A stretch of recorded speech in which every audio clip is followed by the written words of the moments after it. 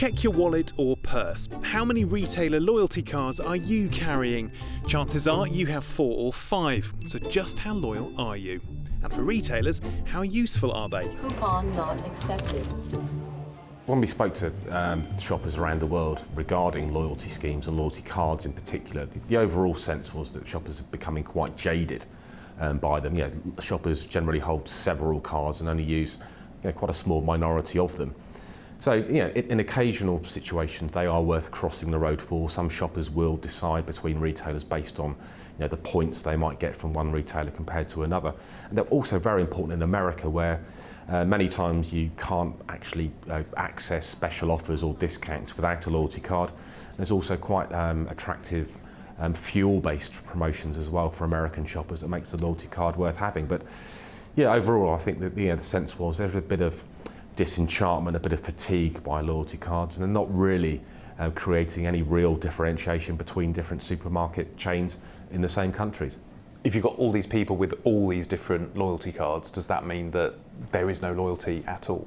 The fact in and of itself that a lot of us do have several loyalty cards is a very real indicator that they don't actually create any loyalty whatsoever. And I think I've always preferred to think of them as data cards, really, because the real benefit for the retailer is the data and insights these cards generate, rather than any sort of real tangible loyalty that might be generated from the back of them.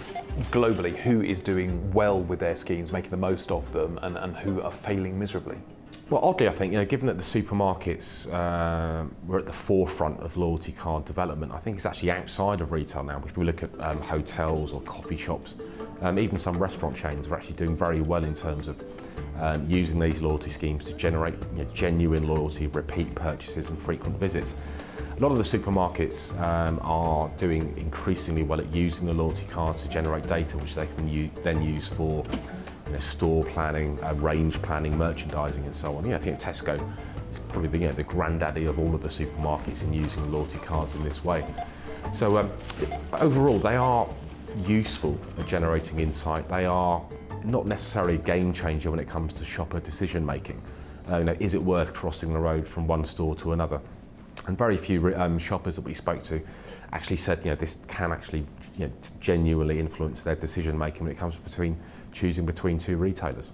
Thanks to fuel perks from Winn-Dixie, grocery shopping just went from boring to bonus!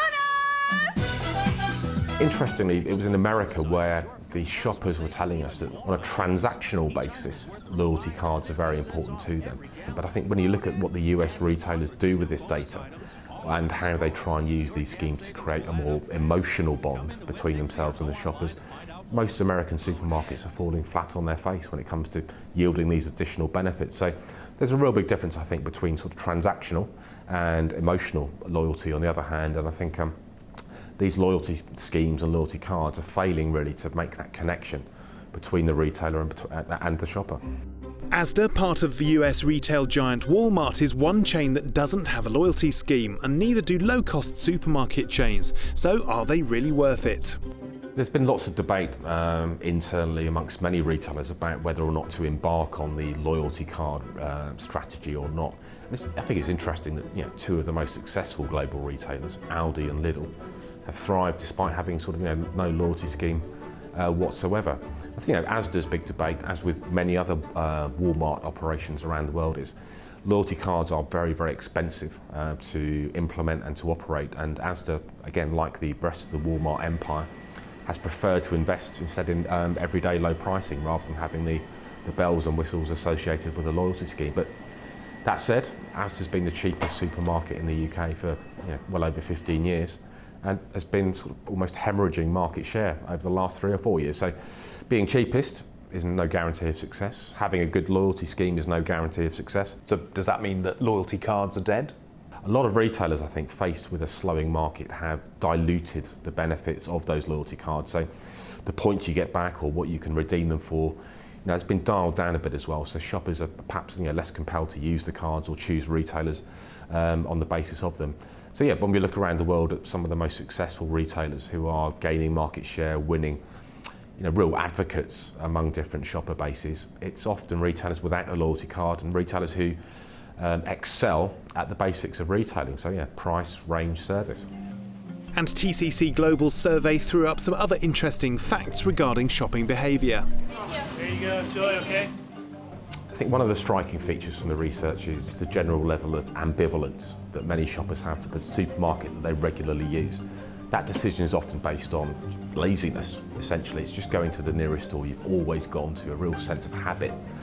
And many shoppers say, they simply wouldn't care if that store closed. They'd simply go to the next nearest store because there's so much choice. So we'd expect, as discounters enter new markets, really rapidly expand their store base around the world, lots more shoppers, I think, might be tempted to move away from supermarkets they've frequented habitually over many years and just make that very easy decision without any real loyalty to those supermarkets to move to the discounters. Give me the reasons why people are switching.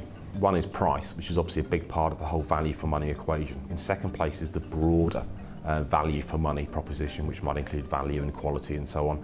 And in third place is shoppers want better rewards for their loyalty.